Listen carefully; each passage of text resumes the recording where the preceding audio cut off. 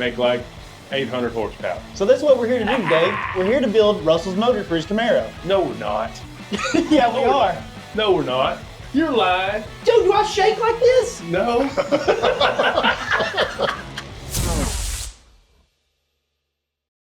Hang on to your seats because hang on is gonna look cool here real soon. It is, and we're I'm such an taking idiot, Colonel I'm sorry. Mustard to Boostline Performance in Wichita Falls, and then we're headed to Abilene Powder Coating. The guys at Abilene Powder Coating are gonna powder coat all of our frame stuff, everything under the truck. Boostline and Brian Tooley Racing are gonna put this 6.0 together for us. Heck yeah, and so that's where we're going first thing in the morning. We're gonna leave here about 8 o'clock in the morning. It's a 4-hour trip, but we're taking this old Colonel Mustard. It's probably gonna be like a 5-6 hour trip, especially with Russell's P-brakes. We don't know how the truck's gonna do. We've been driving it around town for the last week and a half, 2 weeks. I'm legal now. The truck's legal. We're all good. We got the license plates and all the proper paperwork to be on the road. PPW, proper paperwork. Yes, sir. Yes. So we're doing a road trip with Colonel Mustard, us two fools, gonna see how it goes. We're gonna put it to the test. The trailer weighs more than the truck, I think. We're going on an adventure. Y'all come along.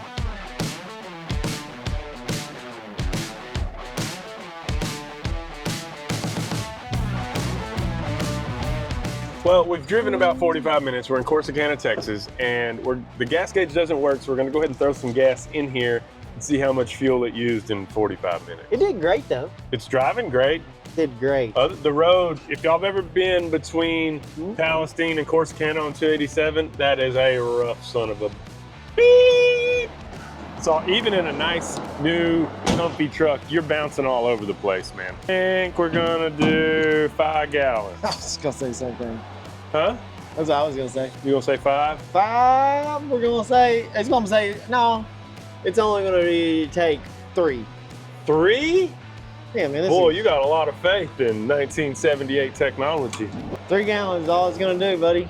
I'm gonna stand back over here. It's It's a spitter. a gas saving piece of machinery in 1978. That's what that big 10 stood for. Gas saving. 2, I was way off. I was gonna say 5. But You said 5. 3. We hadn't hit 3 yet. Ding! It might. Ding!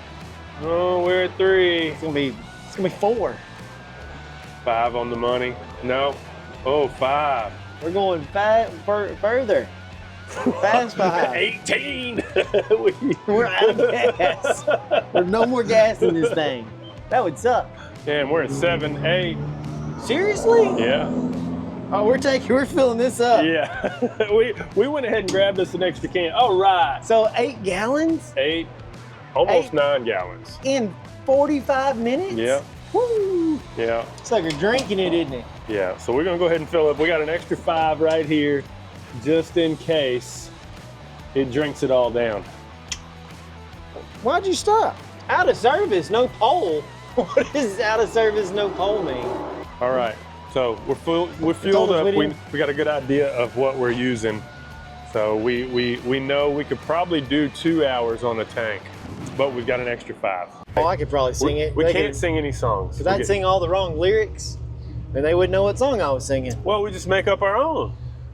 We're highwaymen, driving our square body C10. We're heading out of town to Wichita Falls again. We're gonna go drop off this motor. You got all out of whack. Yeah, I told you I couldn't sing. We're fixing to put this sucker to the test. We're getting on the interstate. We're getting on the American Interstate Highway System. Yeah, Highway 45. There's a belt squealing. We're making smoke. Yeah, whip it over, Bo. God dog here.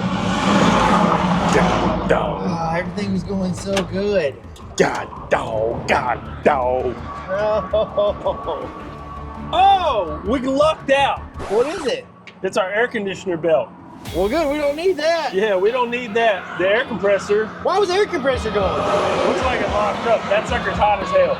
It's always turning the AC compressor. The clutch just doesn't engage. Gotcha. All right, well, we did look out. Hey. It's hot as hell. Here, you hold it. No, don't give me that. Hey, we don't need that one. We're good, right? Yeah. Yeah, we don't need that one. Good. Put it in the bed. Hold on to that so we know what we need. Yep, crank it up and double check. Okay. Check and make sure everything's working.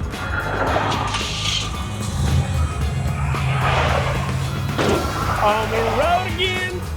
I just can't wait to drive my old C10 I'm glad that we're good though. all the way across this state and back again. We're gonna do it. We're putting miles on this old yellow C10. I'm just glad. So we might need to see if there's an O'Reilly's in between here and there. Get some belts. This is why when you find one of these old trucks, a lot of the time there's belts and stuff in them. Oh yeah. You know what I mean? There normally is. You never know. All right, You never know. Let's get out of here. Go.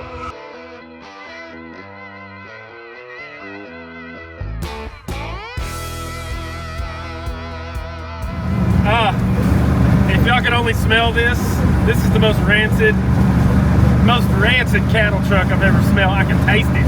Smells good. Yeehaw! Pass them. I can't. They're going 72. I thought I was gonna pass him, but he's hauling ass. Yeah, he's hauling. Shit. Cattle.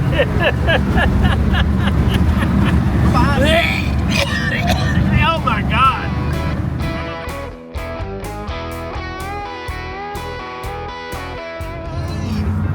KPE. We made it. I see a jet boat. I see all kinds of projects. We're here. We made it. Let's get in here and see what all kinds of cool stuff they got going on. So guys, we're here at Boostline Performance. I've got Tommy, the owner here. We've got Russell, and we've got Tommy. You've been asking me this question, like, what is this motor going in, right? Right. And we've got to ask that. Know. We need to know, and so we've been asking us what we want to do with that motor. So we have to ask Russell. Russell, what are we going to do with this motor, and what's it going to be like? What are you doing with it? We're gonna turn it on and crank it up and make power and make noise and go fast. Well, what do you want in your Camaro? Oh, I want a 454 in my Camaro. Okay. We've been talking about, he's like, let's go ahead and sleeve the aluminum block you got, make it a 454, make like 800 horsepower. So that's what we're here to do today. We're here to build Russell's motor for his Camaro. No, we're not. Yeah, we are. No, we're not. Tell We're here him. to build. Tell We're here him. to build the motor for the gray truck. I want to build whatever y'all want to build, but I like the idea of this all. Ryan, what are we doing here? I got a text message proof that it's for the Camaro. No, we're not. It's for the Camaro. No, we're not. We are. Look at me. I'm shaking. I'm shaking because I've been holding this secret this whole time. No, there's no I've been way you've holding kept this the secret this long. I've kept this secret. Call Carter right now. You're a liar. I am not lying. This is for your car. Is this why you setting me up? Yes. No, what are we doing for the gray truck? I don't know. We're going to figure all that out. Look how much I'm shaking. Oh, quit shaking. So nervous. I thought you'd be nervous. You're I'm lying. nervous. You're lying. Dude, do I shake like this? No. I feel all weird now. Yeah, so I'm warm. My skin just got warm all over. Yeah, I've been keeping a secret ever since I talked to Brian at dang BTR. We've been talking about this the whole time. My whole idea was we're going to surprise Russell with this motor. He's not going to know a dang Well, what's thing. the 6.0 block for? I don't know. You needed something to hold. just decided the 454 thing. I don't know. Oh, we were just talking. I don't know. We got to make a decision. Oh, We don't have to do it right this second, but this motor that we're dropping off today is for your Camaro. I'm speechless at the moment, to be honest with you. He's trying to soak all this in. Yeah, 'cause I'm he- telling you, my therapist is like, express how your emotions come over you, what you feel. I'm telling my body feels warm right now is what's happening. And the air conditioner's on in here, and every Tingling inch and of stuff, me yeah. is Yeah. there's sweat building up on my skin right now. Yeah. Yeah, right So on. now this is just going to move that Camaro project a little bit further down the road. So you didn't know that, did you? No, not at all. Yes, I kept a secret. That's what we do is we make dreams come true. Heck around yeah, here. that's what we're Yeah. doing. God, We're yeah. definitely doing that. So I just Okay. need to know what the power goal is, and we need to be able to roast Yeah. 4 tires on demand at all times. Yep. God, you're well, gonna I have need to a talk blower now. on that thing. Blower would be cool. Yeah. So Blower we'll, would be we'll, cool. we'll, All right. we'll figure it out. We're going to figure it Now I out. feel very Pick your awkward. poison. Pick Yeah. my poison. Okay. Yeah. So we're going to, but first what we're going to do, we're going to let Russell kind of think about all that while he tries to help us record, because I'm going to get Tommy's story. Yeah, because we're here to get their story is what we're here to do. And drop off your motor. Off a motor for hang on. Yeah. That's not what's happening. We're getting their story and we're dropping off a motor for the I'm Camaro. finna text Carter.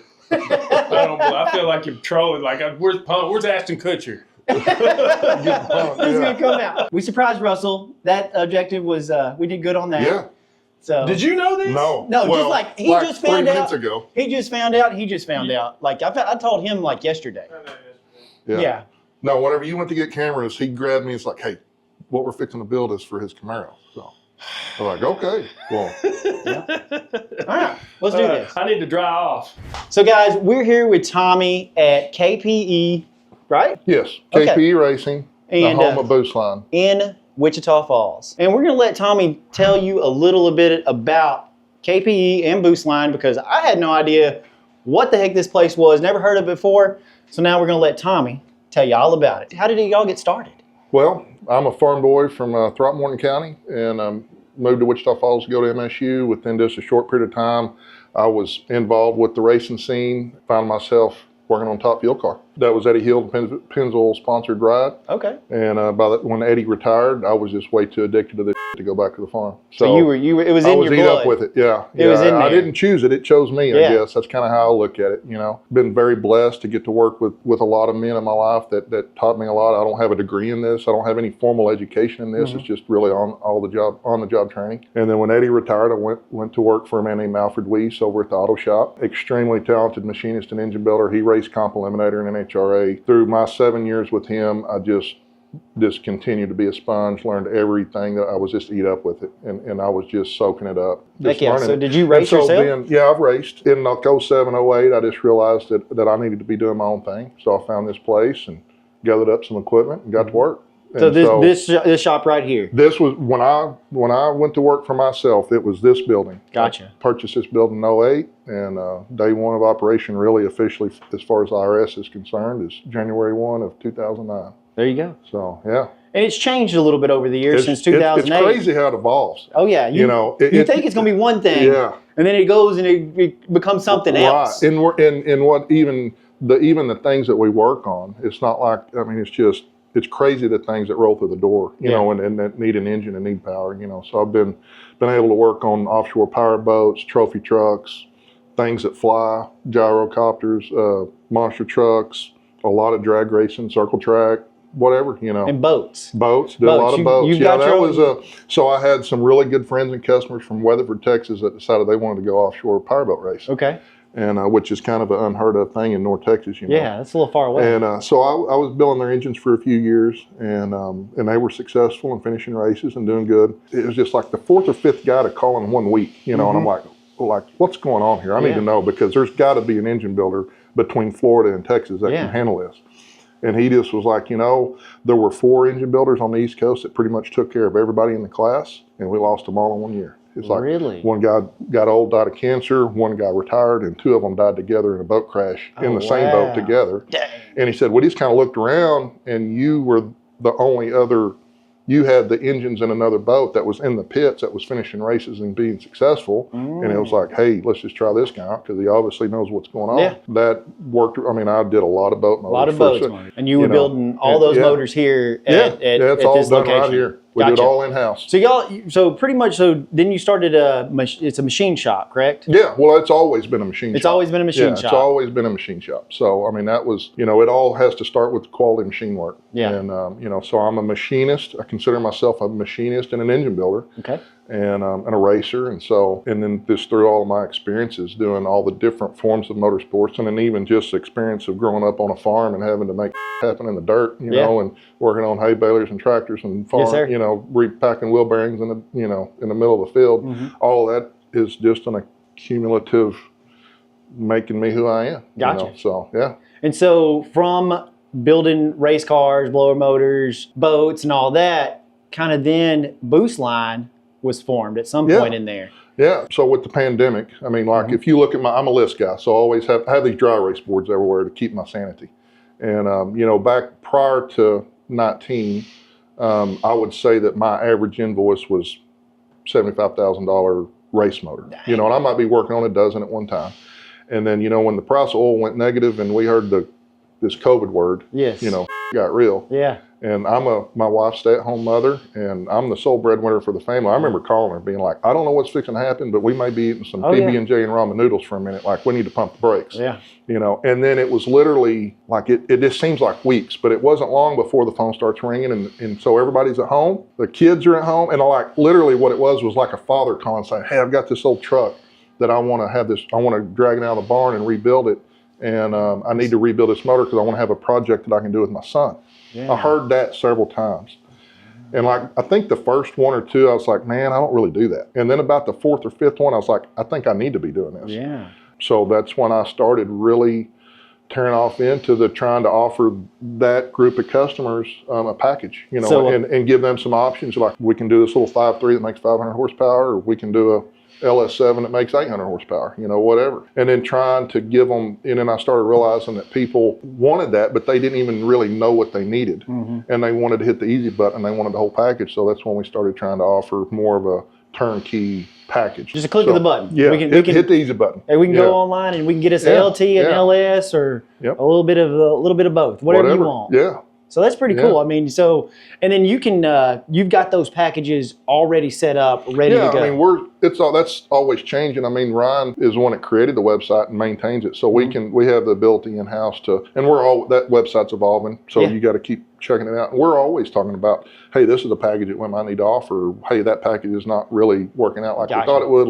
If nobody's wanting, you know what I'm saying? Yeah. So it's always an evolving thing that we're trying to cater to those, you know, the needs of the guys that are, you know, hey, the consumer. They're calling, hey, they're either shooting an email or PM or calling and saying, hey, do you have this? And so, but yeah, to answer your question, we're trying to offer packages that'll work all the way from the entry-level guy all the way up to the guy wanting 1,500 horsepower twin turbo or boost supercharger for his, you know, whatever, autocross truck or whatever. You did say on your, that's kind of what sets y'all apart is your machining. Yes, I take great pride in what I do, and I want it to be the very best. And so about 10 years ago, I knew where I wanted to be, and the quality of engines that I wanted to be building was, I mean, I was limited by the equipment that I had. And so I started shopping for what is the best out there, what do I need, how do I get to that next level of doing. I mean, I want it right. I don't want it kind of good. I want it as precise as I can get it. So that's what you're really focusing on, is just making precision. I mean, we blueprint the block so that the decks are square, it's zero decked. I mean, the bores are where they're supposed to be. I mean, you probe the block, and I mean, like, bores are literally 10 or 15 thousandths off from where they're supposed to be according to the blueprint, you know. So when we're doing all this block work, the block is blueprinted, and that's just kind of a term I'll usually lose for squaring it up, getting it dimensionally correct to what it's supposed to be, with everything being refaced off the dowel pin. And then it goes across and gets in the hone. We put a torque plate on it and get the ring seal, get the surface finish right. So it's not like honing is like when I get the dingle ball thing, that's like the honing, right? That's not the same? Well, it's not the same. It's not the same. That's what we did to ours. I mean, we got that little thing on a drill and it worked. I mean, that's honing it out. Oh, I've done it. No, I know what you're talking about. That's doing an in-frame overhaul in the tractor. You use a dingle ball hone. There you go. You don't do that on one of these things. No, we're putting a little more power than what we're doing there. I want them to last. So once you get the block in and you do all your machine work on it, you showed me earlier, you've got a couple guys in here that are just putting these motors together. That's their sole job. Yeah, we got a couple clean rooms over there where they can get over there and get in their zone and set the temperature at what they want and listen to the flavor of music they want to be listening to, because not everybody likes heavy metal I like. Yeah. And they can get left alone, get in a quiet, clean environment and do their thing and assemble. And I'm just really lucky to have a good group of guys. And so once they're put together, they put those motors together, then you come back. You've got a dyno room. We got the engine dyno, we got the chassis dyno. You know, we are shipping out machine blocks and short blocks that obviously don't get dynoed. But if the customer chooses to have their long block dynoed, we'll break it in, dyno, tune it, stick it in a crate, and ship it to them. Okay. You know? And you said people are so we can buy a fully assembled motor ready to roll, but then you said you also have guys that are buying these blocks, wanting to build them in their house. But you've got so much. We were looking through here and all the different stuff that you have to do. You were, what were you doing to the crank? You were balancing it. Yeah. You can't do that at your house. No. No, you There's got a to lot have some. Yeah, a lot of stuff you can't do, and you have to have specialty tools, correct? absolutely. There are a lot of specialty tools that you need to make these motors go together and make them go together right. That's the benefit of getting it done here. And I mean, when I look at, because I've done that, I've gone and looked at the prices of like even GM crate motors that you can buy from Summit, you know, and looked at those prices, and we're selling a long block package for extremely close to the same price.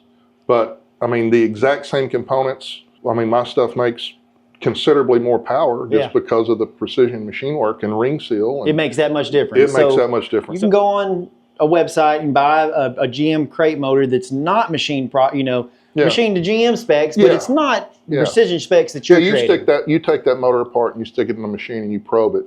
You're going to see that the decks can be as much as 15 thousandths different from bank 1 to bank 2, corner to corner. I mean, those blocks are not square. You showed it to me earlier on your machine. Yeah, and even the bores are not even precisely where they should be. And so that all those little variations and imperfections start adding up. And And then another unique thing that you're doing too, I noticed, you're sleeving some 5.3s. Yeah. You're turning those in, because our buddy Carter at the shop has been goo-goo and gaga, and I think Russell's been goo-goo and gaga over these. I love big bore and big cubic inch. So what's the deal there? What's the benefits and what's the advantages of doing a sleeve 5.3 block? Well, so the Darton sleeves that we're putting in them are a much, the material is different. It's a much stronger material, more consistent. We're by machining that block out and putting the Darton sleeve in, you're getting a lot thicker cylinder wall. Okay. The sleeve itself is thicker, more rigid, a better material, and you're able to go ahead and open it up. Like your 5.3s or 3.780 standard bore. Where we can put a Darton sleeve kit in it and go right straight to 4 1/8 or even 4 1/85 if we're going to do like a 454. Okay. So you get a 454 5.3 block. Yeah. And how much horsepower is that going to be naturally aspirated? Well, it depends a little bit on induction. But you do a nice LS7 style head. The right cam, you can get over 800 horsepower with pump gas easy. Naturally aspirated. Naturally aspirated, yeah. It's more horsepower than we got in our twin turbo dang old Mac. Yeah. I mean, we just did the 454 y'all we're just looking at is an iron 5.3 block that we wet sleeved. It's got a LS3 head on it. Okay. It made 709, 710. Dang. Going in square body. We're going to get the tour of everything, and man, I think we've seen it. Is there anything I've missed? I think they'll be excited to see some of these machines and the process. Yeah, there's a lot of things here. There's a lot going on here. Outside of this room right here where the mad scientist is at. This is where all the fun begins. Out here in the wash bay where all the tear down and cleanup goes on. Got the ultrasonic cleaner, caustic vat, steam cleaner, bead blast cabinet. Chase and Garrett out here just living their best life. So y'all are just trying to suck in as many blocks as you can here. You can't get them fast enough. Get them blown apart so you can start building them. Absolutely. And these guys, y'all tear them up. Couldn't do it without them. Do you enjoy breaking them down and all that stuff? Yes, sir. Absolutely. Fun? Good times? Yeah. Hell yeah. We got that on camera. So now we're This is machine shop. Yeah, you've left the wash bay, tear down room. This area right here is where Lee's working, is just kind of a grind and deburr table. So the machine work's done, he'll grab the block, comes down here, does all his little detail and deburr work, go right into the wash bay, run it through the ultrasonic, steam clean it. We can flex on lifter bores, cam tunnel, whatever needs to be done there. And right now he's just getting everything from the so the machining machine work is done. He's just deburring all the little sharp edges. Yeah. Just going to block sand some gasket surfaces, get it all nice and cleaned up pretty. And then this is the cylinder head department where we've got the valve grinder, an assembly bench, spring checker, the sun and seat and guide machine, surfacer. This is Albert. This is his area down here. Pretty much he takes care of all of our cylinder head work. He balances cranks. He can do anything. And you do every part of it from... We do everything in-house here except for grinding cranks. That is just that is something that a battle I chose to not fight. But the cylinder head work, you do all of it. Yeah, well, we can. Now, I mean, we do. I have CNC ported heads in that machine, but that's another battle that I chose to not fight. I mean, there's so many people that are specializing in CNC porting heads that they're just, it doesn't make sense for me to be trying to do that. But every head here, this man right here does. Yep. Well, that tool looks a lot easier than the way we've done that in the past. That's his creation. Really? Albert designed and built that. He got tired of working with my junk, so he's like, man, I'm building something better. Wow. Patent pending. Yeah. Yeah, Albert's a freaking rock star. This kid can do anything. You made it and everything? He made it. CNC, right? At the time, I had access to a CNC plasma table, so I just drew up the design for the frame and kind of. Some CAD work, Yes, you know, on the cardboard links and aided stuff. design. Yeah. You got It one was of those actually- fancy beveling tools that run along the edges that gave it these bevels? No, that was all just by hand with You a flap, file? a flap wheel on a grinder. Okay. What do they call it? Yeah, I think so. Chamfer tool.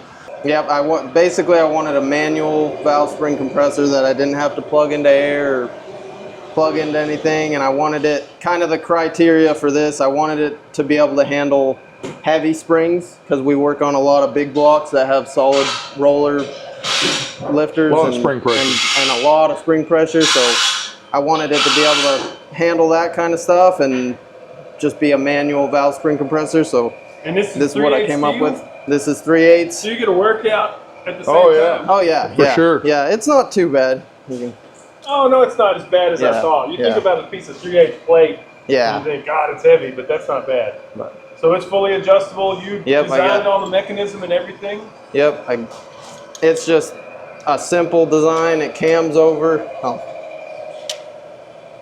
That center pivot there just cams past and locks, and you can wiggle it around, get the locks in there, and then, I mean, this is a pretty crude design of it. Okay, it definitely could be refined, but Hey, it does the job. How long have you been using it here? Oh, and I know Over 6 months. Yeah, I was going to say 6, 8 months. It's done what It's you yeah, wanted it's it to. That's I- version 2, I think. put it You through the built paces one, pretty good. Yeah. And you use it about a week, and you kind of recognize that there was some geometry that you could make better. I mean, I had nothing to do with this. I mean, I came in one morning, and he's like, "Hey, I want to show you something." I think he was not wanting to show me until it was a working product, and he's like, Yeah. and I was like, "Oh man, that's cool, dude." Yeah. So, yeah. I like that. And he went. Thank you. He went and built. This is version 2. He just, adjusted some of the geometry so that you had a little bit more mechanical advantage on the heavy springs. It's pretty cool. It Yeah. works pretty well. I like it. Well, thank Yeah. you for telling us about it. Yes, sir. Excuse our clutter, but we're really busy right now. That's a good problem to have. Yeah, that's a good problem to have. So this is crankshaft central. Crankshaft balancing area. So we'll have the scale and the fixtures for weighing your components, weighing your piston, your rings, your pins, your locks, weighing the rods, big end, small end. Put all those numbers into the formula, come up with a bob weight, and then we spin balance the crankshafts, and yeah. And this is just to make the engine as balanced as you can Correct. make it. Yeah. You want it to be smooth and no vibrations. So you use it. Did you see how I zeroed the scale with this on there? So when you're weighing, you get the beam square. So the little end of the rod weighs 187.9. So And then you just flip it turn around? re-level, square it all up. Big end of the rod weighs 471.8. So that's how you weigh a rod. Why would it be any different than just to stick this whole rod on there? Well, because this is reciprocating and this is turning. So the dynamic weight of the part that's spinning is different than the part that's just going up and down the hole. Yes, I understand now. Yeah. I don't understand a damn thing y'all So are talking the about. weight, it matters because this one's doing something differently than this other end. Is what Yeah, you're saying. this end is basically just going up and down the hole. This one's spinning. Yeah, fast. Yes, fast. Oh, okay. This is the meat and potatoes of your operation. These are the workhorses. They do all of your honing, all of your decking. Yeah, all the block machine work goes on here where we zero deck, bore, put everything on blueprint spec. I can do lifter bore work, cam tunnel work, stroker clearance, pretty much whatever. If you can figure out a way to fixture it and hold it, you can program it to do it. But its main purpose in life is block work, the way you see it fixtured now. But so many of them are so far off is what Oh, you yeah. were like. Yeah. That's Oh, yeah. the difference that we're trying to get at here is Yeah. like how far off some of these blocks are. Yeah, the tolerances that manufacturers can live with, or we're trying to get down to exact specs. Yeah. And you get them perfect. As Yeah, we get- as perfect as humanly possible. Yeah, absolutely. Our only limitation here is the machinery. And then behind us is your honing machines. Yep. So then whenever it comes out of the mill, would come into the home, and so we do everything with a torque plate. And what is the torque plate? So the torque giving plate us? allows you to create the stresses that you put on a block in the cylinder wall when you torque up your head bolts. This just takes the place of the cylinder head. So we can Okay. put your ARP head studs in the block, put the head gasket on there, the torque plate, which is just taking the place of the cylinder head, but it has a hole in it so that we can go through it to hone the cylinder. We torque it up just like you're putting a cylinder head on it. We'll torque it up to the torque specs, whatever fasteners we're using, and then you hone the cylinder. And so, yeah, whenever you put a torque plate on one, and it's been bored, so you know that it was cut round. You put the torque plate on, you torque everything up. Right when you start honing, you'll hear it hitting the high spots, and then you get it round again. I mean, you can see it if you just let it make a stroke or two and stop and look. You can physically see the high spots that the stones are hitting. Really? Yeah. So you're this is a simulation device, basically. Yeah. That way we can recreate that stress that's put into the block and the bore when you torque up a head. Now, you've talked a lot about ring seal. Ring seal's been a big thing we've talked about today. Ring seal it seems to be the most important thing with all of I've this. spent a lot of time in my life and is really studying that, working on it, buying this thing costs more than my house, so yeah, and the profilometer, which is a tool that we use. You got that dang profilometer just I'm going to show it off. The profilometer seems very important. It is a very important device. That Little Mitsutoyu profilometer. So this stylus actually slips down into the bore, and it's got a little stylus like a record player, and it drags that across the cylinder wall. You literally just hold it in the bore. When it's all hooked up, you'll hit record. It drags, it moves it about 3/4 of an inch across the cylinder wall. This thing is giving you a readout here of giving you your surface finish numbers. RK, RPK, RVK. Exactly. Yeah. Yes, all of that. All of those numbers mean something. Yes. And this But that's the magic. This is the science. How much that little machine costs? That's a $2,500 little handheld meter. So. But that's the real important part of all of this is ring how seal. you're finishing it. Is Yeah. that what you're buying? Using a torque plate so that the cylinders are as round as you don't want an egg-shaped cylinder. Right. You want it round. Number one, dimensionally it has to be correct. And then the next thing, that's very important. It's got to be dimensionally correct, but the surface finish has to be right for proper ring seal. So you were telling me earlier that the oil is getting burned up because of bad ring seal? Well, you'll have a smoker, yeah. So there's two different things. You can be, if the rings are not sealing and the surface finish isn't correct, you're putting too much, you're getting oil into the combustion process that doesn't need to be there. But the other thing is you're going to have blow-by, which you're putting fuel and, windage blow-by. I know everybody's had an old engine that was worn out, they had a lot of blow-by, and that's lack of ring seal. This is like the specialty, most important part is I take great pride in being able to truly blueprint a block and get the ring seal, get the cylinders right for the rings. And so there's a lot of things that go into making that decision of what numbers we're targeting. And those, a lot of that comes from the manufacturer. So like Total Seal, most of the rings that we use here are manufactured by Total Seal. Awesome company. And they'll provide me with target numbers. Like, hey, for that particular ring in this application, you need to be targeting these numbers. Because it's really all about the cylinder wall has to retain oil. Those rings aren't sealing metal on metal. If you have that going on, you're done. It done shit to bed. Yeah. So, yeah. No, that ring requires oil, the right amount of oil on the cylinder wall for it to seal properly. And so you're creating peaks and valleys. And then the term plateau is you're basically knocking the peaks of the mountain off to make a flat, smooth surface, but you still need a certain amount of oil reservoir on the cylinder wall to retain that oil. I'll draw you a real rude, crude little picture right quick if I can find a pen. Folks, with Bob Ross. Yeah, we need So this is pretty crude, but if you're just looking at the cylinder wall, when we are dimensionally getting it to size with the diamond, we're creating peaks and valleys. Just like when you look at something with a microscope that you've been sanding with a piece of sandpaper, and we're getting it to size with some 80 grit. It's pretty rough. The plateau process, coming back in with the superfine CBMs, we're knocking the peaks of these off. Oh. And so in the end, we're going to have a nice smooth, that's gone, and we're creating these nice plateaus. Oh, so that's the So the smoothness. depth and the amount of valleys that you have are the RV number. Okay. You know, you need a certain amount of valley to retain oil while you still have this nice, pretty flat plateau that's a nice, smooth cylinder. And that will vary depending on the application of the oil. The ring. The ring. Yeah, the ring, the material of the ring, the weight of the oil, the RPM range, and then even changing crosshatch angle goes into that. So one word we've said a lot today off the camera, I'm gonna say it now on camera, is longevity. Yes. This all contributes to longevity. Yes. Like very much so. Oh yeah. Because I don't know about y'all, but I want to drive my stuff. Yeah. You don't want to spend all this money on a motor and not be able to drive it, enjoy it. So I've talked to him a lot about longevity today because I want to enjoy them. And you hear too many horror stories, and this is It doesn't reassuring. matter how good of a tuner you are. It doesn't matter how good of an engine builder you are. If the machine work's not right, it's just you're wasting time and money. Yeah.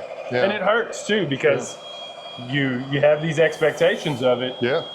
Then you're right back to square one in a very short period of time. And I think I'm guilty of taking a lot of that stuff for granted because it's my life and this is what I do. And the more I talk to people, I start realizing that the general public and even you guys, y'all are living this. Yeah. And nobody's ever explained that to you. No, I didn't know. You know, most of the stuff you've said today, this is my first time hearing it. Right. You know. So especially it's all, this, which it makes sense now that you've explained it to me. Yeah.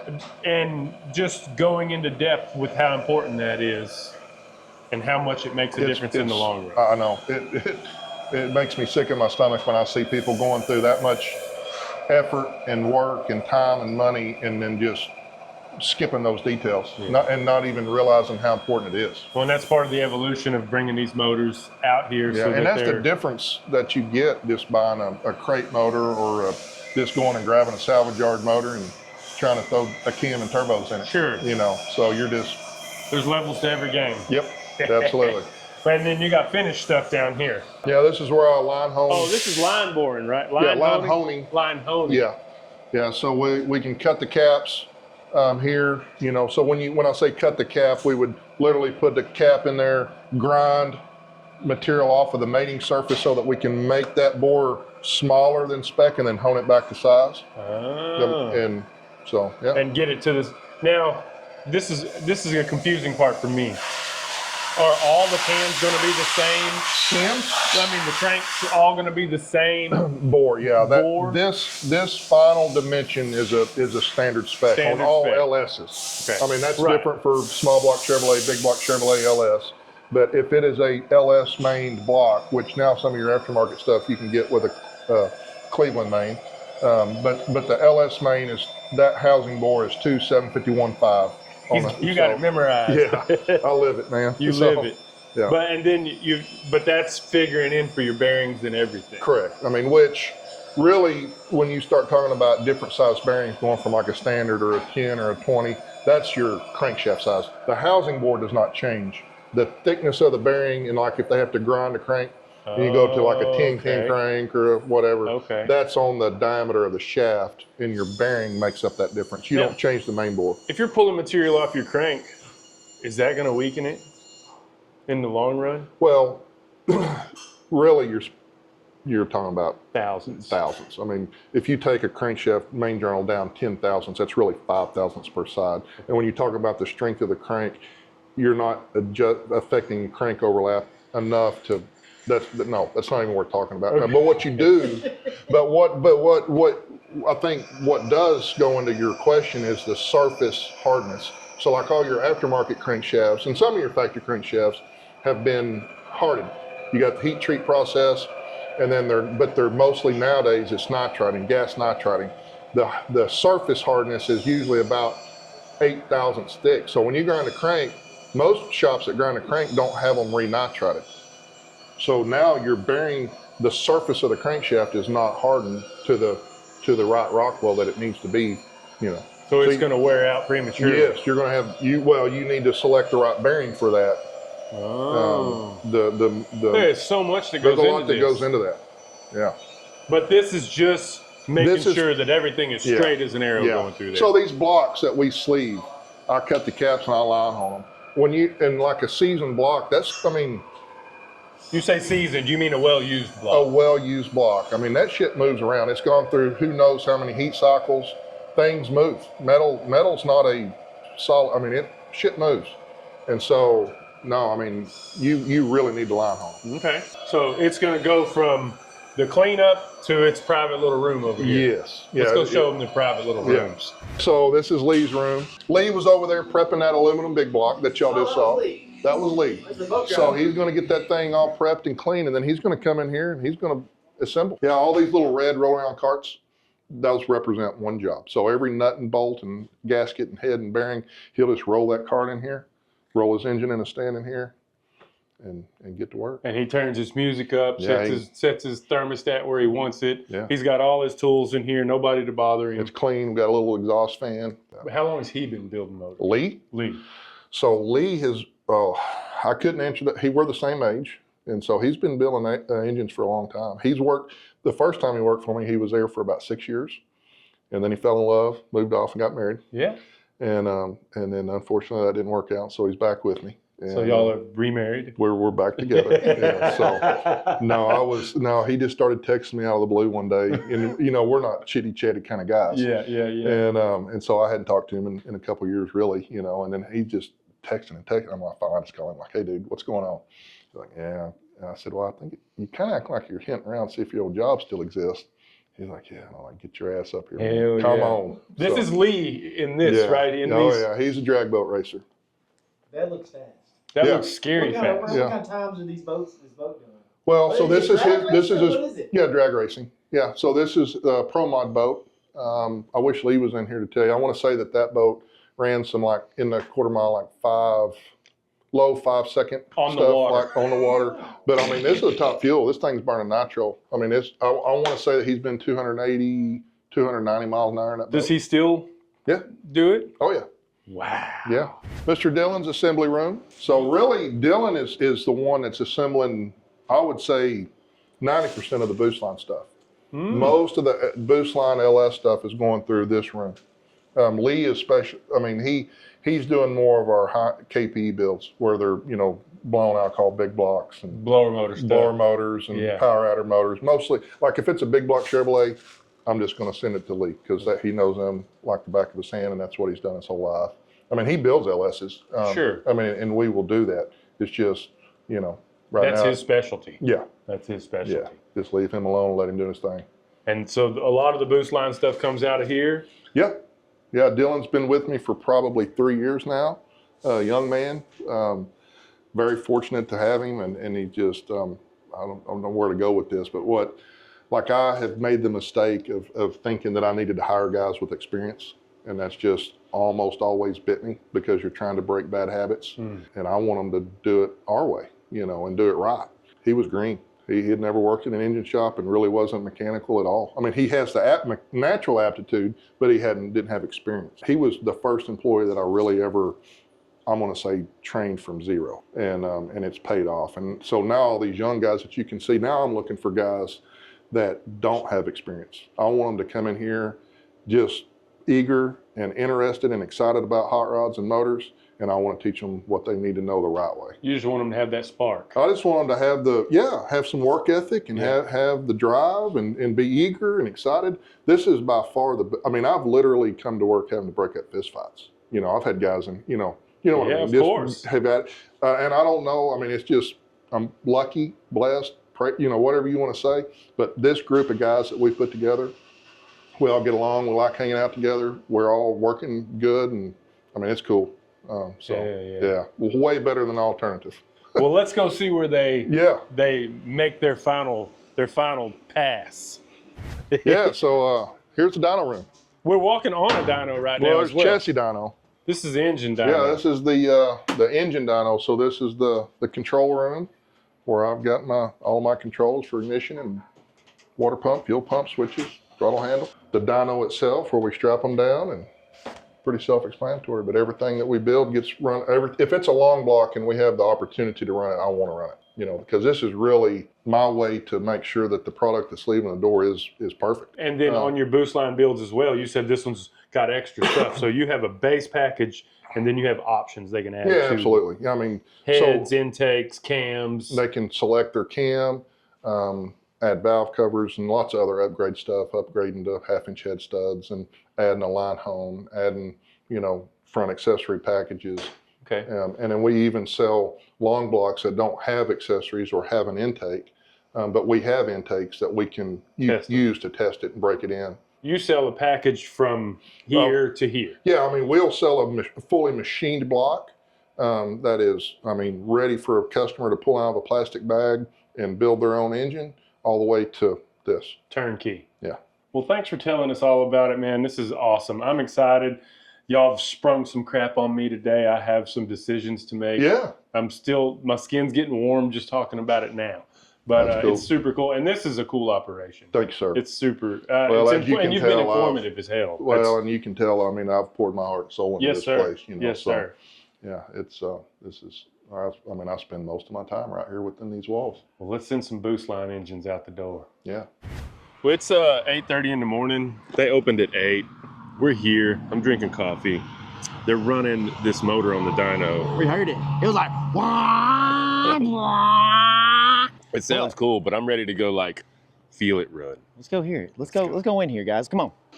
They were nice enough last night to let us use this truck, and we got to leave Colonel Mustard here with all our stuff in it.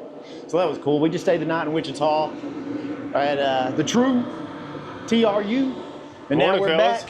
We're back. What up, Chase? What's up? How are y'all doing this morning? It's wonderful. It's a nice day. Beautiful day. Beautiful It feels day. good. Weather's nice. It's a Friday. It feels Every good. Friday's a beautiful day. Heck yeah, back at it, man. I heard y'all running a motor. Yes, sir. Engine motor? What's up? I said engine motor, which one? Technically an engine. An engine. It's an engine. Motor's an electric motor. Oh, look at him. He knows what he's talking about. What up, man? He's in here doing stuff. This video. Oh, shoot.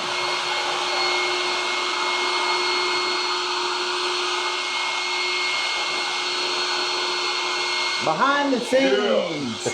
What are you doing? Reading on that plug. What is it? Reading the plug, looking for a timing mark, looking for the fuel mark. Did it tell you all that information? Yeah, absolutely. I trust it more than I trust that computer screen. Really? Oh, yeah. So now you're just putting it back in there. Do you check each one, or do you check just Not a at couple the, of them? so early on in the process, I'll look at all 8 just to make sure that the engine's balanced. But once I know that everything's happy and not having an issue with injector imbalance or any problems like that, then I'll just, in between pulls, I'm just usually looking at one plug. Man, it's got to be nice to know that. All this has been paid attention to. Yes, that's what I'm saying is like, not everybody understands how much goes into what you're doing. And I love the engine dyno because it's so repeatable and you can see differences like 1 degree of timing or half, a tenth of a point IFR change, something like that. Where on the chassis dyno, you've got so many other variables messing with you, like torque converter, slippage, tire, there's so many other things that it's hard to see a real small change. Where this, I can like literally, well here, look at this. So what you're looking at are 3 pulls. These are the last 3 pulls that I've made, and you can see the differences that I'm making, and I can see that, just making 1 degree changes. The difference in the last, so this was a 1 degree change going from pull 3 to 4 was a flop. It was no data, but between pull 3 and pull 5. That was 1 degree of timing. You see that it took the motor from 724 to 730, just with 1 degree of timing. The next pull, I was really kind of trying to fix this little sag. So I went and worked on the fuel map and I was seeing that it was a little rich. So that's what I'm doing. Really, we're to the point here where all efforts are going to be a diminishing return. It's really close, and we're just splitting hairs at this point. But I think I'm ready. I'm going to make 1 more pull, and then we're going to start swapping intakes. And what do you expect from the different intakes? Do you have an expectation? Yeah, because I've done some similar testing. So what we're running right now is the Frankenstein F0 intake, which to date has been the most powerful intake I've ever ran on one of these LS7 headed 427s. We're fixing to go to the BTR Trinity. I expect to see similar results. And then I have not dynoed with that Performance Designs carbon PTR, I believe is what they call it. What I keep just thinking about is how nice it is to have someone that knows so much about engines. Yeah. That knows all this stuff and takes this much pride into it. Yeah. And But y'all do thinks as much- things and know things that I have no clue about. It takes teamwork. I feel dumb so, around you. Well, I mean, and whenever we get in y'all shop and you're wanting to do body work and chassis, I'd probably be feeling like a feel dumbass too. So. I appreciate that. Yeah. I appreciate that. Yeah, sir. Y'all good? Is it fine to do it like that? Yeah. Oh, okay, sweet.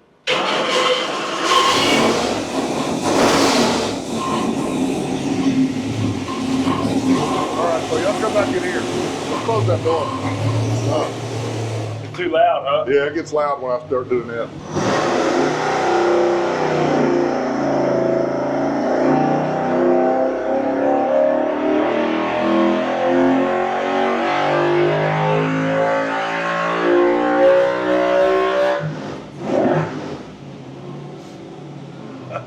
I like it.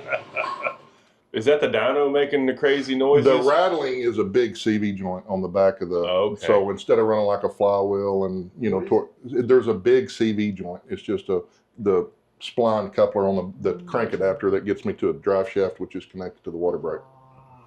Yeah. So, but at idle, you'll hear a little bit of rattling noise. Yeah. That's not the engine. That's just big, like 3/4 inch stainless steel balls rattling around a little cage. Okay. But as soon as you put load on it, it takes all the slack out of that. Gotcha. Yeah. So this is the Carbon R. What are your expectations of this compared to the Frankenstein? It's going to be interesting because we're looking at a $1,300 intake versus a $6,500 intake. So it'll be pretty big. $1,500 for the carbon fiber? Yeah. If it comes close, then that's a big difference. Big difference in price. Yeah, Nice and performance. And the customer really wants that one to work. He's scared about hood clearance, and he wants to keep a flat hood.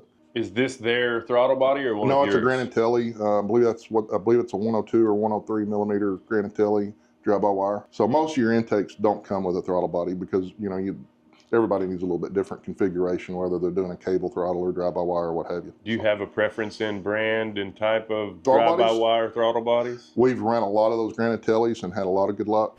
So you said this intake right here, The little bell mouth, is that what you call it, a bell mount? that's what I call And it. it adds how much horsepower?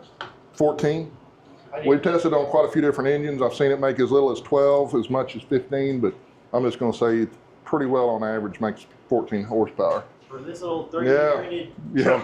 Trumpet. thing. That just cleans up that air going into you find what you need. You're just testing everything? You got to do a TPS auto set, Oh, okay. and so to calibrate the ECU to your pedal and throttle body. And I think we're ready to fire it up. So you're ready to fire it up. So what was our last The last pull? or your highest The pull? most pull. Most pull with Yeah, your that is Frankenstein intake. Let's see. 731. 731 or 734. I love how we're talking so nonchalantly about 730 horsepower with no boost. That's pretty dang cool. 732.4. It made 589.6 foot-pounds of torque at 6,000. 732.4 at 7,200. Now we're And, going to test this now we- carbon intake. Yeah, we're fixing to see. All right.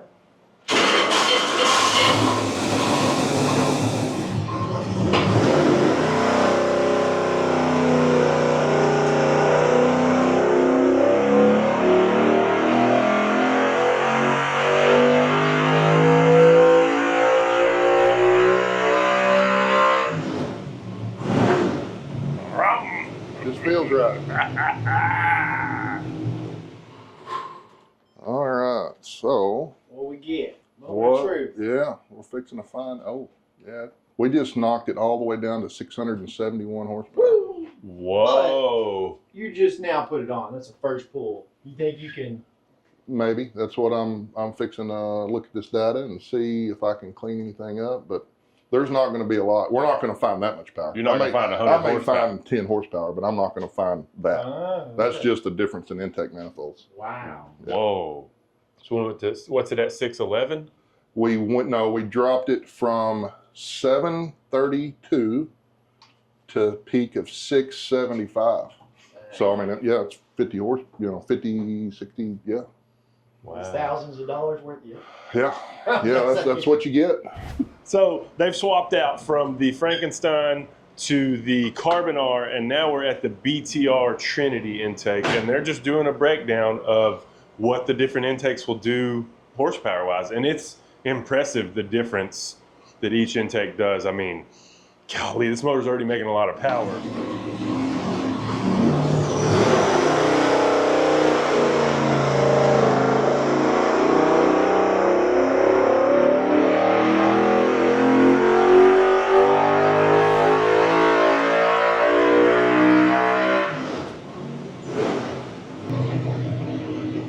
Wow, the Trinity is significantly better than that PTR. So we're back to 716. So the Trinity's better than the Carbon R. Oh yeah. So there's the difference in the F-Zero and the Trinity. We're looking at 732 versus 715. The Carbon R was 685. So there's your 3 intakes. Wow. Is there any more meat on that one, or you think it's pretty much there? I'm going to look at the data, and then we will make another pull just to see it repeat, and we'll probably be calling it a day. What we do there? The BTR did So better. here's your 3 intakes. BTR did better? The BTR did better than the PTR. Your PTR peaked at 685. The Trinity peaked at 715.9, and then your F-Zero peaked at 732. So what the BTR do? 715. It's this. Whoa! My money's on the BTR. That's where I'm spending my money. As far as bang for the buck goes, Yeah, I don't know exactly what the price point is on that intake, but I believe it's around $1,000. well, and hood clearance wise too. Oh, it's significantly lower. Yeah, so yeah, that'll fit underneath. They designed that to fit underneath the hood on a C7. Best bang for the buck is the Trinity for them. Yeah. That's a wrap at Boostline Performance for now. We're going to be coming back. Russell, were you surprised? I was pleasantly surprised. I'm still kind of haven't let it sink in all the way, but I'm really excited too because they know so much. They know That's a the lot. thing. That makes me excited because I feel like a dummy in the performance world sometimes. And they know so much. It's so reassuring. It is nice to be able to have these guys, to be able to give them a call and to know that if we get an engine from them, it's going to be built right. It's going to work. It's going to drop in there, and it's already been dyno proven. Their machining's already done. Dude, I don't know why you would do anything else. No. Pretty self-explanatory of what to do. This might have been the end of our junkyard motors. Oh, but the junkyard motors are so nice. Yeah, but it's going to be nice to just drop in 700 horsepower. That's going to be nice too. It's all nice. It's just where you want to go with it. There's levels to it. There's levels to every game, but we're stepping it up a little bit. yeah, this is super. This is super cool, dude. So this awesome. is super cool. It changes my mentality of like, okay, what am I going to do? What am I going to do? Now it's like, this is solved. These guys have figured it out. We're just going to bolt it up and do what they say. I mean, they've already got the combinations of the cam, the crankshaft, the pistons, everything, and it makes this much power. Why do you need to change something that already's working? And like y'all saw in the video a while ago, the difference between intakes, they're doing all of that for you. So you know, like, hey, if I run this intake, this is what I'm going to be looking at in gain or loss. Awesome. Which is awesome. Well, now we're Abilene Powder Coating. That's where we're going, Abilene Powder Coating. Let's get on the road. We got a couple-hour drive, and we're going to take old yellow mustard here, Colonel Mustard. Colonel Mustard's doing great. It is. We're on the road again.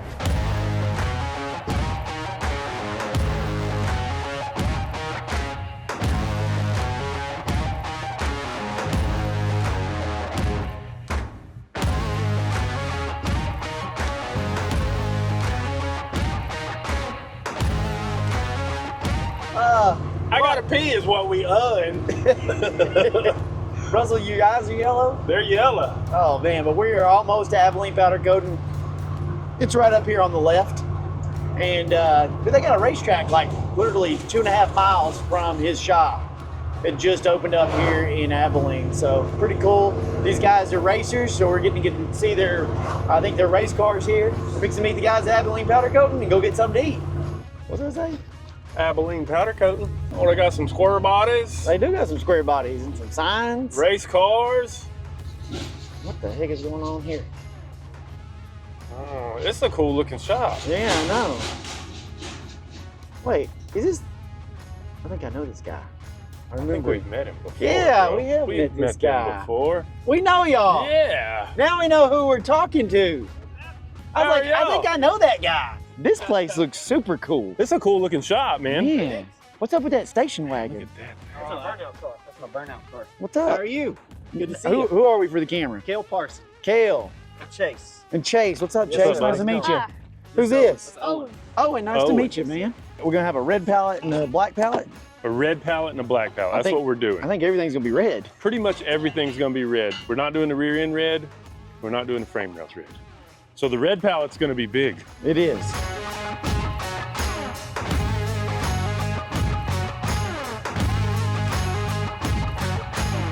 We're here at Abilene Powder Coating with Kale, and we rolled up. I was like, I know this guy, and I've been talking to him on the phone. We've been communicating through text, and I didn't know who the heck you were. Yeah. But when I saw him in person, I was like, I know this guy. We've talked to. We see each C10s other. in the park. Okay. We ended up making top 80. A buddy of mine with his 58, and we parked right next to you. That was the in year before Omak. last. Yes, year before last. Year before last. Yep. Yeah, I knew I recognized you. That mustache kind of gave Yeah. it away. How Yeah. long you had that mustache? Oh man, we've been married for 15 years. I've had it about 10.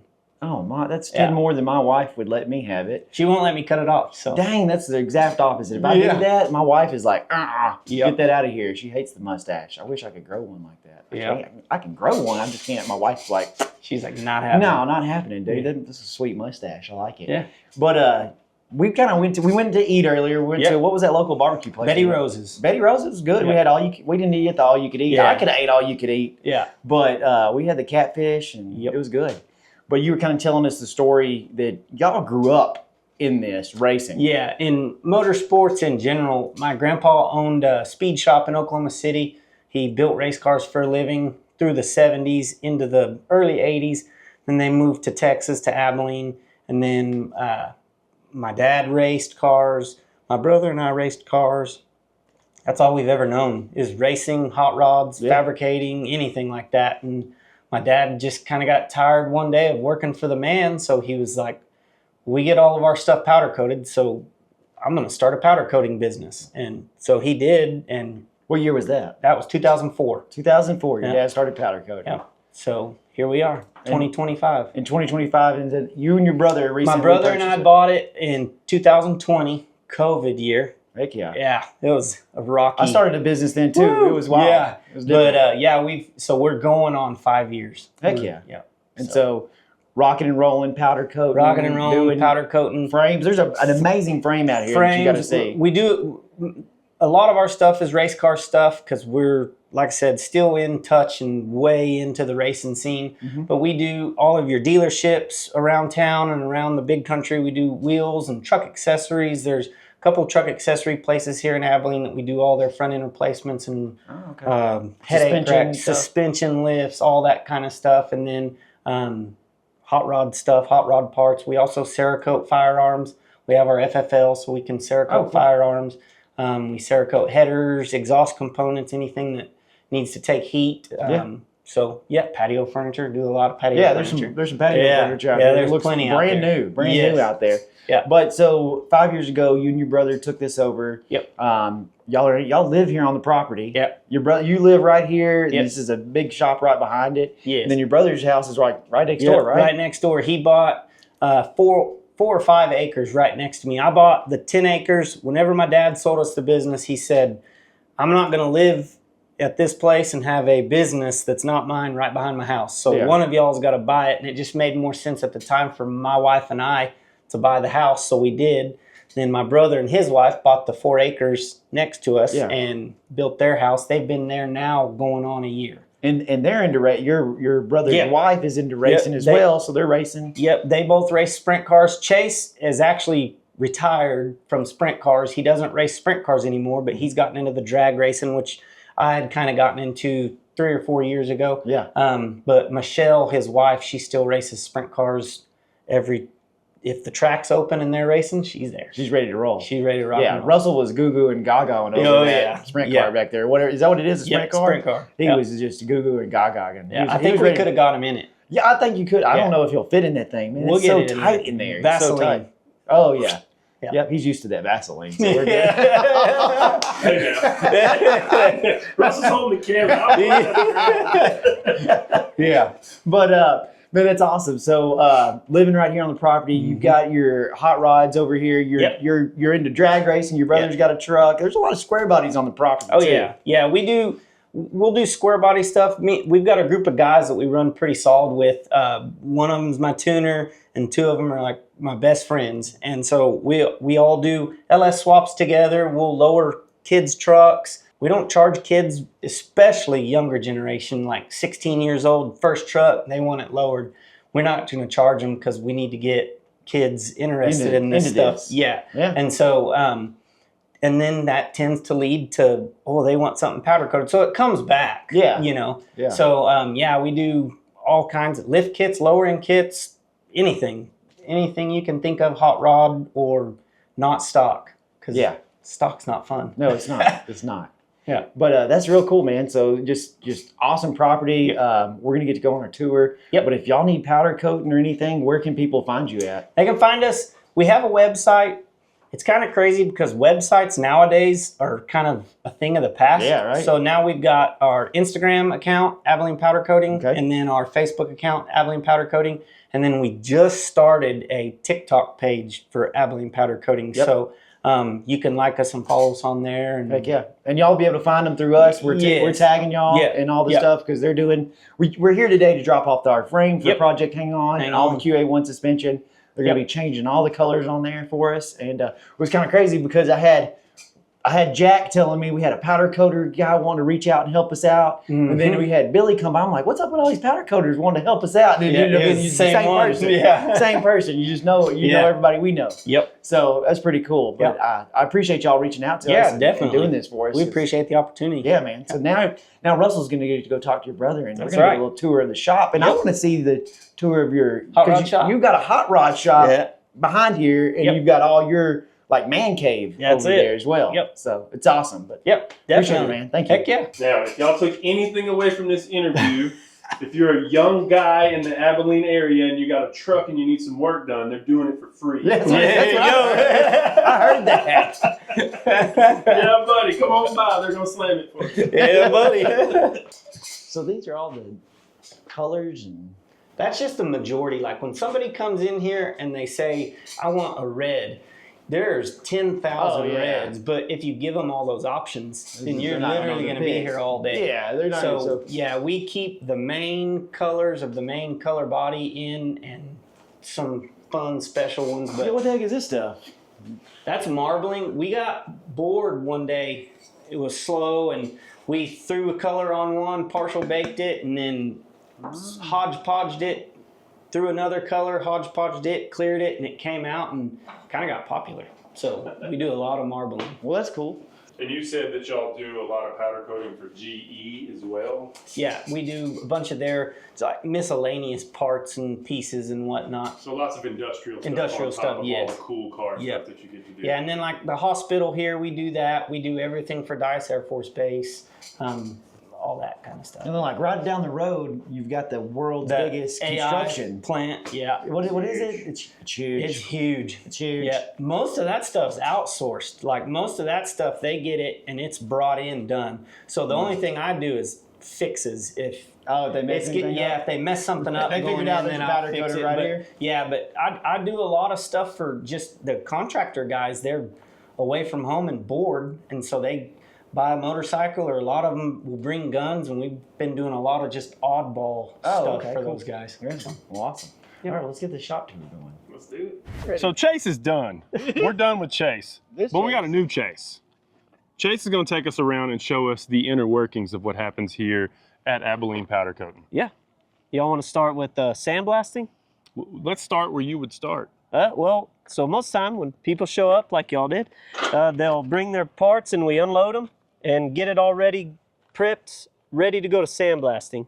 And then from here, we'll take it to the building over there, sandblasting. It's not the most exciting place. We nickname it the dungeon. The dungeon. Yeah. So you do all your sandblasting in-house? All of our sandblasting is in-house, and like 98% of it is done indoors. And our sandblaster that works for us, he has an air-conditioned helmet and a suit that's all AC. So in the summertime when it's 100 and something out here, he's in there with a full AC suit. Does this allow y'all to recycle sand as well? Yes, we 100% reuse our sand until it's gone. I mean, Yeah. it's just powder by Yeah. that point. But this is our sandblast room.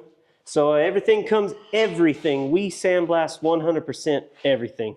It comes in here and it's a nickel slag. So it's not like playground sand or anything that's silica based. We have to use a nickel slag. The silicone, like silica based playground sand, the silicone and the powder, it's basically like if you had silicone in a paint job too. Okay. It's very bad and it'll cause fish eyes and bubble, outgassing, stuff like that. They always give me the blues because I don't like WD-40. Yes, we don't use WD-40 over there.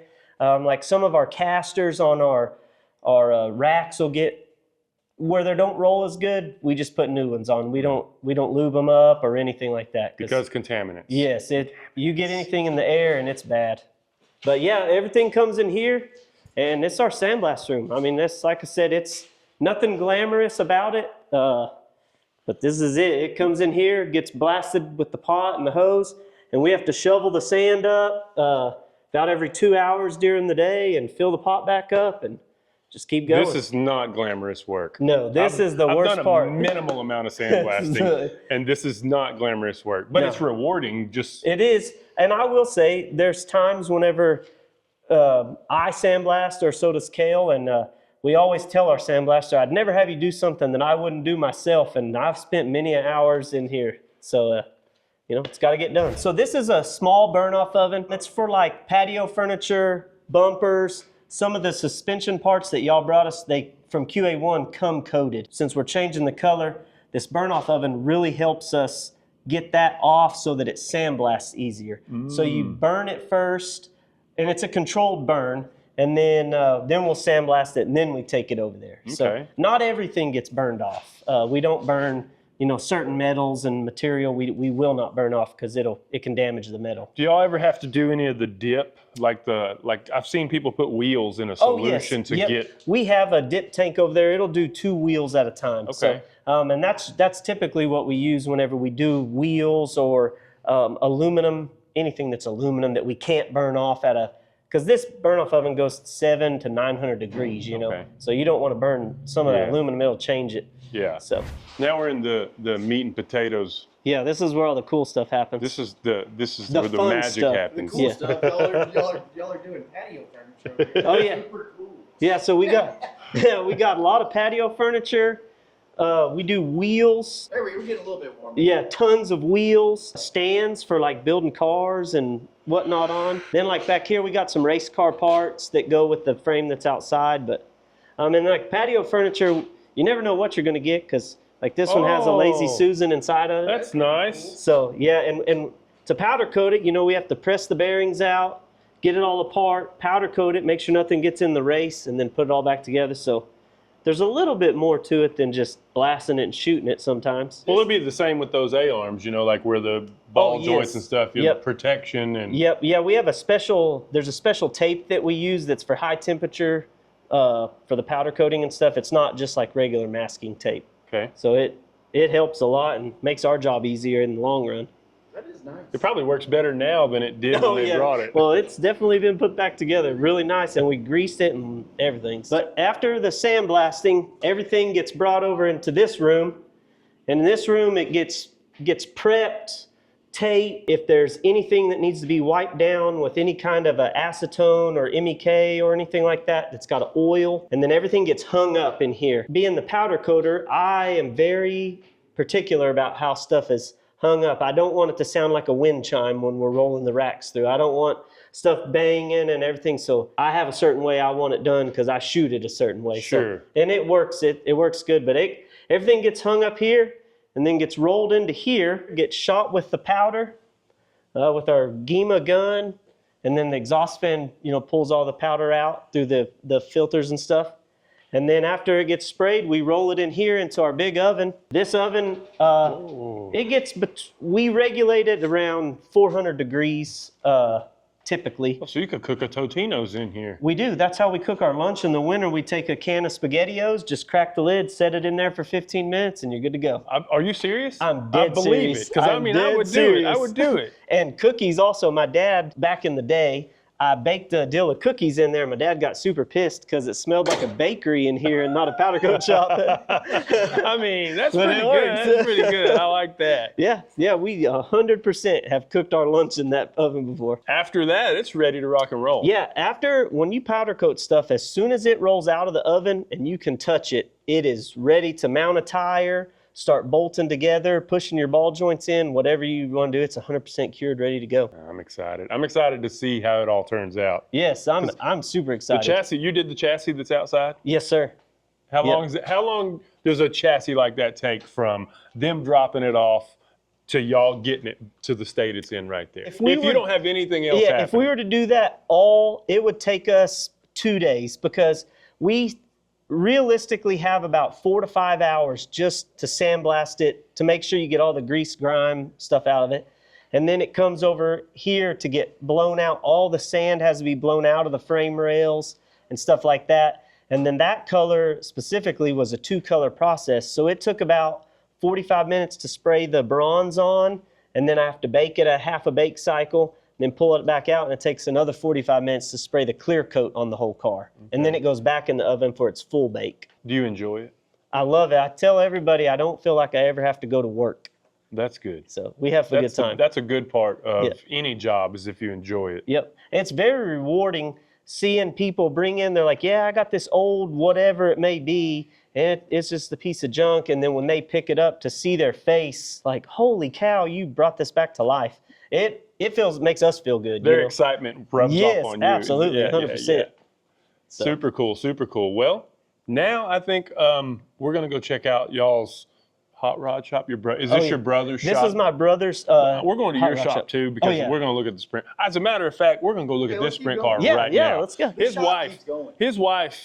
Him and his wife race sprint cars. Yes, I'm more retired now. But we've talked about it, I feel like, more than we've talked about anything else. And then we walked in, and they've got his wife's sprint car here.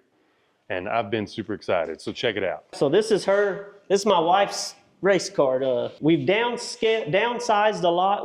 She used to have several cars, and we'd race several different divisions, but now we've kind of just sticking to this one division, but we're having a lot of fun with it, and she's good. She's better than me, so. He was telling me that he had a wreck that kind of made him stop racing. Yeah, I had an accident almost 2 years ago, and it just kind of opened my eyes that, hey, one, I'm a little bit older and I don't recover as fast, and two, I got other things I want to do, so I need to kind of calm down on this stuff. But so you're crew chief for your wife now, basically? Yes, and I feel like we've actually both of us have gotten better, me doing that and letting her drive. And like I said, she really can drive a race car. She's awesome. And y'all's whole family has been racing for generations. Yes, I'm a 3rd generation race car driver, and my nephew, he's a 4th generation.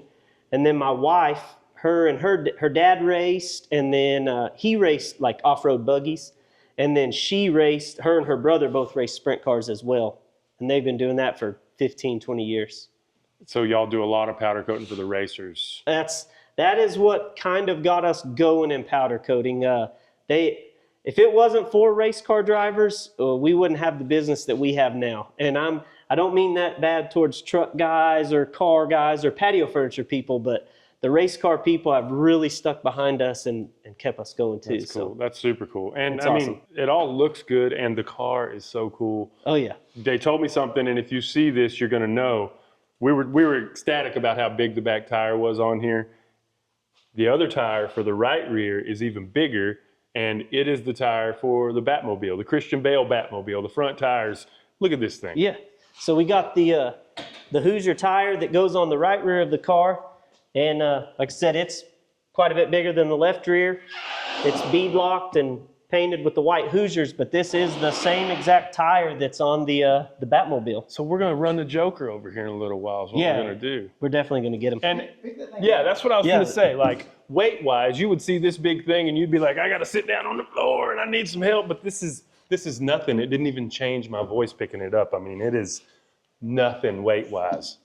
And Yeah. he said this is not even as light as they get. No, they make a more lightweight version with all titanium hardware, inner and outer, and just, you know, rotating weight's a huge thing in racing. So Thanks for telling us about it. We're going to go check out your brother's shop, and then you're going to take me down to your shop. yeah, that's where all the cool stuff is. Yeah, screw your brother. So now that we're done, we've gotten the tour of the powder coating shop. Chase talked to Cale. This is the powder coating shop. This is Cale's house right back here. And this is Cale's personal shop right here. In his backyard, he's got it all going on, and he's got toys everywhere. We're gonna walk around and check out all his stuff right now. And then we're gonna go down the hill and check out all his brother Chase's stuff. It's a cool ass place to hang out here. See, he's got Volkswagens. Chris will be excited over here. We got square bodies. You got 67 through 72s up here. They just got all sorts of stuff. Let's go. Obviously, this is yours, your Volkswagen. What the heck is this? It's a 1970 VW Beetle. I'm the second owner. It was bought originally in Abilene at the original Volkswagen dealership here. My wife's uncle purchased it, drove it the day he bought it to Beaufort, South Carolina, where he joined the Marine Corps, and it spent its life there. Then whenever the motor locked up on it, and I ended up with it. So I put the stripes and the Herbie stuff on it for my kids. So it looks like Herbie. What year is it? 70. You got some Porsche wheels, and you were telling us earlier that you have to buy You had to buy two sets because Porsches are staggered. They're 17s and 18s, and they're 8-inch wide and 10-inch wide. So I had to buy two sets of the 17-18 package so that I could get 4 of the fronts to fit all the way all around. 4 corners. That's cool, man. Yep. And then you've got this is Juan. This is Juan? Juan. Juan? Yep. This is my race truck. I always wanted an 87 because I was an 87 model. Okay. And I like GMCs because everybody does Chevrolets. Yep. My dad actually bought this out of Roswell, New Mexico, and when he drove up in it, I was like, hey, that's an 86 or 7. And he said, yep. I said, well, just unload it. I'll buy it. I paid him, I think, whatever his gas bill was, and we unloaded the truck. That's cool. So, and so now you're drag racing. So now I'm drag racing it, yep. And you said did you do the circle track stuff? I did it dirt track briefly in high school. Okay. And then whenever I went to college, I learned real quick life and fun don't really balance out a lot with money-wise. Yeah. And so I didn't have the money to have fun when I was trying to do life. And so now you're into drag racing. So now I'm into drag racing, yeah. We've been blessed and able to afford and do fun hobbies now, so I do. Heck yeah. So what do you got? It looks like it's got a nitrous, naturally aspirated, it's just nitrous build. Yeah, nitrous motor. After we've got a drag and drive Wild West Dragon Dash coming up at the end of October. Okay. We're doing it. Once it's over, I'll pull this one out, and I've got a big turbo going on at 8896. All right. So it'll be turbo with the nitrous. I'm gonna leave the nitrous on it. Yeah. Turbo nitrous, double power. Double additive. whammy. Yeah, double whammy. So awesome. And y'all are thinking about going to night racing. Yeah, they're gonna have a test and tune here tonight, and so we're gonna take it out there and shake it down. Just think we can see what Colonel Mustard will do? Might as well. You're here.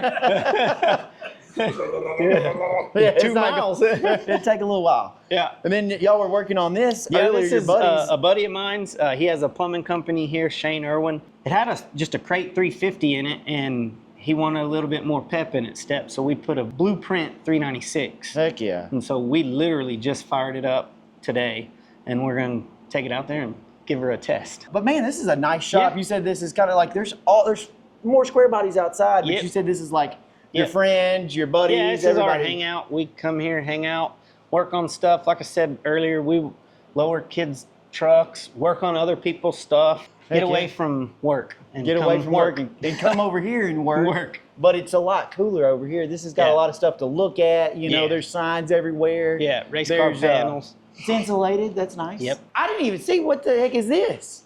Oh, that's I didn't see any of I that know. either. That's what I was looking at. Hold on, y'all got more. There's more up in here. This is kind of a collect-all, but then we've got a pool hall in there. We play pool. Wait, there's crazy stuff. Wait. Yeah, I got a paint booth back Hold here. on, buddy. You Paint- got skee ball, Skee ball, shuffleboard. shuffleboard. This, You put it in and low then- light mode because it's dark in here. In the wintertime, this is where we hang out because it's too cold. So we Oh, come in you here. heat this? Yeah, turn the mini split on and shoot pool, hang out with the guys. Just have a good time. Yeah, this is cool in here. I like this. Got your Hot Wheels collection. Yep. What is this truck back here in the corner? Yeah. So that is my very first LS swap that I ever did. It's a 77 F-150. Okay. It was my first ever LS Oh wait, swap it's bagged. and my first ever bag truck. What the heck? And I feel bad because I moved it back here and it's out of sight, out of mind. I stole the motor out of it and put it in one of my project trucks. What in the heck? It's bagged and low. It's on the ground. This is cool. Long bed. I patinaed it. It was beat to smithereens in a hailstorm. All of the dent, it didn't have one dent in it whenever I was originally. That's hail? That's hail. It was Softball? about 10, softball size. It was going through the roofs and attics and stuff of people's houses. It was the worst hailstorm here in the last 50 years. And that truck just got beat to smithereens. And the guy called me and said, if you want it, you can have it. If not, I'm going to haul it to the scrapyard Monday morning. So I went over there and got it. Dang. More Volkswagens. You got these permanent fixtures here, or you want to sell any of them? No, they're permanent. The concept ones, they're 74, 73 and 74 only. That one my dad learned to drive in. We restored it, and then we found that one at a Volkswagen swap meet, and it's just sitting there. These are Volkswagens. Yeah. And they've got some kind of like a Myers-Manx fiberglass body. Gotcha. VW, shortened pans. And Okay. It's humid in this side of the it's shop. warm. Definitely warm. This is a different kind of blow-in insulation. Yes, this is old school. And then we've got square bodies all down here. Square bodies. This is Chase's. This is Chase's. Yep. Chase's 80, 85. 85. Yeah. LS swap. Yeah, we just finished the LS swap in it. Man. Oh shoot, gold engine. Yep, Golden Turtle. The Golden Turtle. Look at that. Who did the bead roller? There's a guy out of Sweetwater, a good friend of ours, Galen Knowlton. That's nice. His daughter's actually the one putting on that Wild West Dragon Dash, and he does all of our exhaust work on our LS swaps, and then anytime we need any bead roll, he did the inner fender pieces Heck also. yeah. Those are cool. That one is my dad's best friend. This one, it came here, I got to do some wiring on it. It needs headlight switch and just some knick-knacky stuff. Yeah. It's a small block, just got AC put on it. It's got CVF kit. It's a nice truck. It really it looks is. nice. Cool color combo. Yeah. Yeah, these are just graphics. I mean, Yeah. like decals on it. Yep. They made it look like that. I like it though. That's awesome, man. Well, I appreciate you showing me around, dude. Yeah, This is for sure. This is nice. Yeah, Nice place. It's fun. I'm gonna build a house right behind our shop. I think that's what I'm doing. It's easy. Wife will not let that happen. Yeah, You have to she's not walk to work uphill both ways in the snow or rain. Oh man, that sucks. Just like walk Yeah. from right there to here. It's tough. That's awesome, man. I Yeah. appreciate it, Kel. Heck Thank yeah, you, man. Thank Thank you y'all for letting coming. us For sure. hang out. I think we're going to your brother's house. Yeah, I think so. Let's go to your brother's house. I know Go check Russell's out his super stuff. excited about that. Oh, I He's know. like, He's Race giddy. car. Giddy like a schoolgirl. Let's go. So we were up here at the hill at Kale's house and at the powder coating place, but yeah, that's how far away we are. We're not far, but now we're down here at Chase's house to see some race cars, and he's got some cool square body projects as well. Is your frame off in here too? Yes, it is in the back corner. He's building a frame off square body. He's got a ramp truck out here. His wife's race cars are in here. He's got a cool daily driver. Yeah. All right, this is it. Race cars! Whoa! Whoa! So yeah, we got a couple. Those are retired cars. This was Michelle's first race car as far as a dirt car, and she raced that one all the years. She raced mini sprints, and this was her very first big sprint car. And until we retired it, she raced it and won a lot of races. And then that was just one of my favorite race cars that I had, so I kept it. And then that car down there was another one of Michelle's cars, but her dad actually owned that car and he would let people drive it for him. So whenever that car got retired, they gifted it back to Michelle just because it was her dad's. So we keep it up there just as kind of honor her dad, you know. So This is so cool. yep. Y'all need to take one of these cars and turn it into a street car. We got the Malibu. out No, here. like one of these that you make street legal. That would be so cool. Well, this car is the vintage car that we're restoring, and they have transmissions.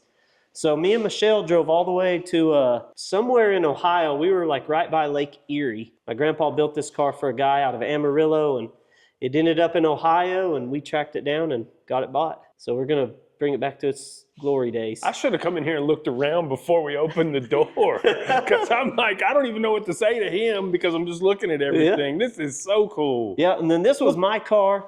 So everything on this side of the shop is for sale, and then these 2 cars, they're for sale as well.